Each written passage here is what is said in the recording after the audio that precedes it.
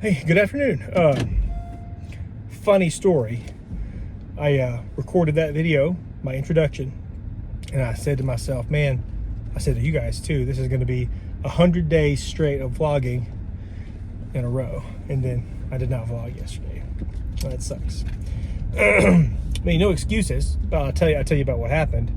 I got quite sick. I've been sick for several weeks now. I think I may have, the virus or whatever. I don't think I've been sick this long before. It's never been severe. Laryngitis maybe 2 weeks ago. Insomnia here and there. Last night I had a fever real bad, just nonstop mucus. Anyway, back at it again. Didn't skip the gym. I don't do that. And also I trained with my wife and we took our kids to the gym, so there wasn't like a convenient time for me to pull the camera out. Anyway, I'm gonna fix that. I'm not gonna do that anymore. So this is the new day one. And 100 days starts today. Anyway, happy Halloween. It's almost time. It's the weekend before Halloween. As you can see, I'm the Batman. I've got my mask as well. My kids, we've been doing like trunk or treat stuff yesterday. We did trunk or treat stuff today. Halloween itself is not until Tuesday. They were fairies the first day. Today, Emma was a zombie and Cassie was a scarecrow. Ashley is various Taylor Swift, references. But anyway, so what I wanted to talk about today,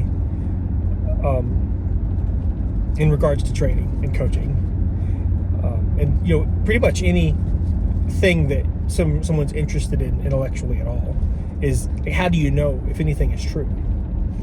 And it's complicated. It's rough. It's particularly rough when it comes to nebulous sciences like nutrition and fitness, because there's not really good research out there. I've never seen less healthy people than like nurses and registered dietitians, weirdly, right? And I'm not saying that they're all wrong. I'm just saying that you'd think that if these people have gone through like rigorous like standardization of good information, they would be examples, but it doesn't seem to be the case. Anyway, I don't want to rag on anyone specifically, but I've been thinking a lot about it, and I want to be able to kind of identify how you know when something is true.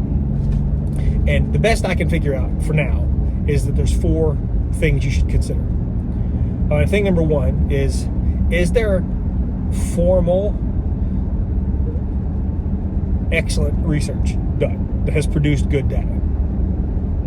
And that's for a lot of sciences, for a lot of fields of study, that there's a lot of that, but there's not a whole bunch when it comes to fitness and nutrition, unfortunately. But it's still, for what is out there, is worth considering. And even still, you should look at it and examine the research with a critical eye. Were there any, like, you shouldn't just read the abstract. You shouldn't just read the conclusion. You should apply your understanding to the methods and to the process and to the experiment itself, and see what you can understand. You may want to look into what conflicts of interest may arise or whatever else. It's very easy to conflate. This isn't a statistics class, so we'll just move on. But number 1 is the presence of formal research. Number 2 is going to be, does it make mechanistic sense to you? Does it sound like it would be true? So you've got an intuition in your head, in your heart, and you can apply that to something. And sometimes if something doesn't seem like it makes sense, maybe you're right about that. Maybe something seems like it makes a lot of sense to you. Maybe you're right about that. And admittedly, this isn't perfect. Well, neither is the formal research, because there's always problems. But this isn't perfect either, because if the field of study is very new to you, then your intuition is not going to be worth very much. And even if it's not new to you, you may have prejudices, you may have biases, you may have little unintended batches of ignorance here and there, because everyone does. So that's number 2. Number 3 would be, what has been your personal experience when you've experimented on yourself? So this is one of the most important ones, because this is going to allow you, and this is never, you're never going to be able to prove something absolutely true this way, but you're going to be able to disprove a lot of stuff by just paying attention to what happens with your body. So like the physicist Richard Feynman says, it doesn't matter how elegant the theory is, if it disagrees with the experiment, it has to be wrong. And you can put a lot of things to the test yourself. And as long as you're doing, a somewhat intelligent job of controlling for variables, you can start narrowing down what works and what doesn't work very, very quickly. And then the last thing, number 4, is it would be like anecdote is the best word for it. But basically, an example would be, hey, you want to get really big or you want to get really strong, ask the strong guys what they did, and they're going to have a really good collection of data for you. And all 4 of these things, none of them are perfect. But once you start looking at where these things cross over and what is corroborated by all 4 of these things, you can start picking out truths that are applicable and useful in lots of contexts. Because there's really not much, because there's a period of time when it was new and I was learning a whole bunch, and what it felt like to me at the time as I was learning so much new information so rapidly was that, wow, look at all these like absolute concrete truths that I'm discovering. And then the more that I've kind of gone out into the world and the more that I've learned and the more I've experimented, I feel like, well, that's not necessarily the case. The number of things that are definitely true get smaller and smaller and smaller.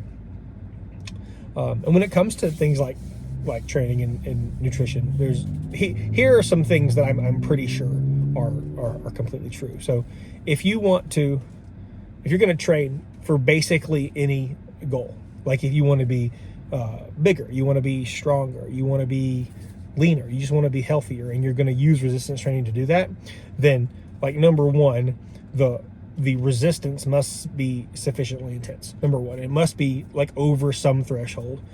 Jeff Nippard threw around the 35% number, 35% of your like 1 rep max, which is a useless number if you're brand new, but it's still true probably.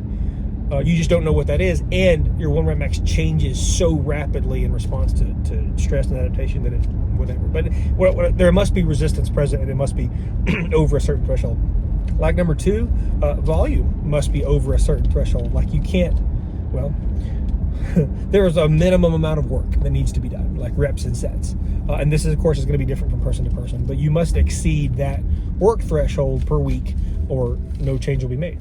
And then number 3 is that there must be progress. Progression must be built in some intrinsic way, or nothing's going to happen. And I think those 3 things are pretty key when it comes to training. And when it comes to nutrition, oh man, this is where you start talking about what's definitely true here, and it's incendiary, it's controversial. But here's the things that I think are probably true almost all the time. If your body is healthy and has normal function, there's probably no such thing as too much protein. Probably. You probably don't ever want to be in a situation where you're consuming no protein and no fat.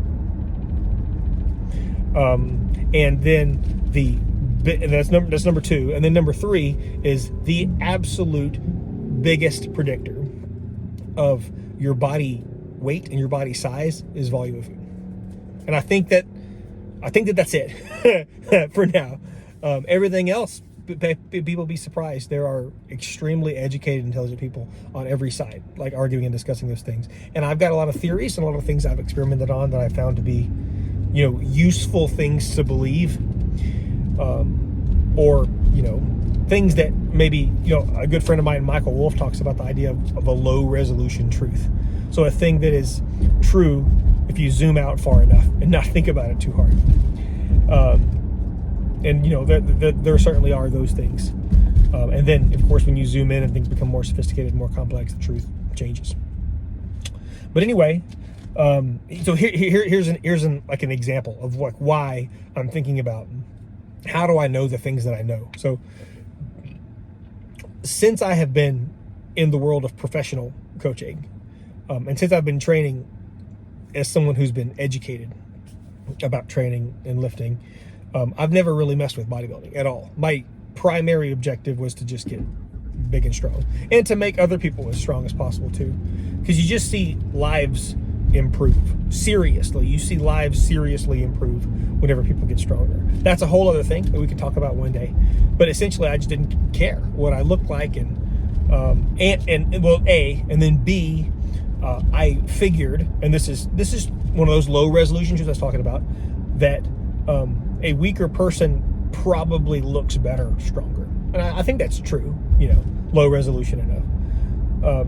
But anyway, one thing that kind of occurred to me as I was reaching the limits of my understanding, and I began getting plateaus, and also as I began getting out into the world and coaching more different kinds of people with different goals, was that it was a big hole in my understanding of how to how to program like a bodybuilding progression, like how to do something for the sole purpose of maximizing your aesthetic, maximizing the way that you look, because in support of a strength objective, a bigger muscle is going to be easier to be made strong. So both in support of my primary goal of getting stronger, and in order to better understand bodybuilding as a coach, because there's a lot of people who are going to want that.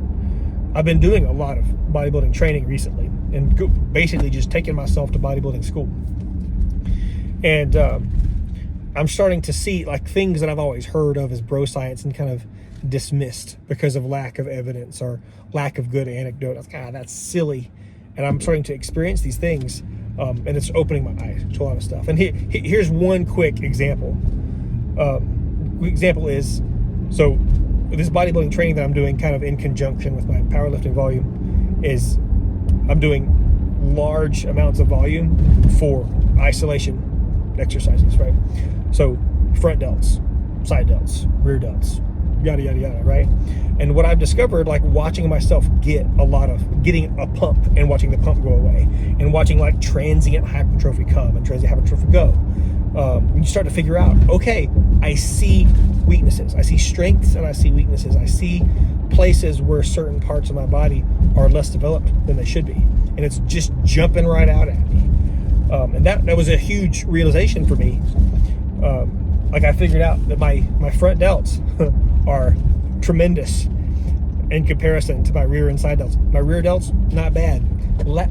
Side delts, I don't have any. It's like they're not even there. And that's been crazy for me to learn. And then like exploring that and what that means, and like, why don't I have that? What about the way that I'm moving has not been stimulating growth there? Because like I also, a little tangent here, your mind muscle connection is something they talk about in bodybuilding all the time. Never really comes up in strength training or powerlifting much. But through exploring this idea, through personal experimentation, I've found what it feels like to use my like lateral deltoid, because I have actually been performing lateral deltoid raises with my front delts because I just didn't know better, and that would have been something I would have coached poorly. But now that I'm doing it and I'm feeling and I'm experiencing it and I'm like watching it change and I'm feeling the difference, it's a dramatic improvement. And that's just one small example. But the point of all of this is, Friedrich Nietzsche said that the measure of a man is to what degree he can tolerate the truth. And that sounds good, right? It sounds, noble. But I think what it really means when the rubber hits the road is that to what degree can you recognize that you actually don't know anything? And whenever you reach for truth, you fall completely and utterly short. And the acceptance of that and the voluntary adoption of the quest of getting nearer and closer to truth every day. Like every day you get up, I don't know anything. How can I be a little bit more correct today than I was yesterday?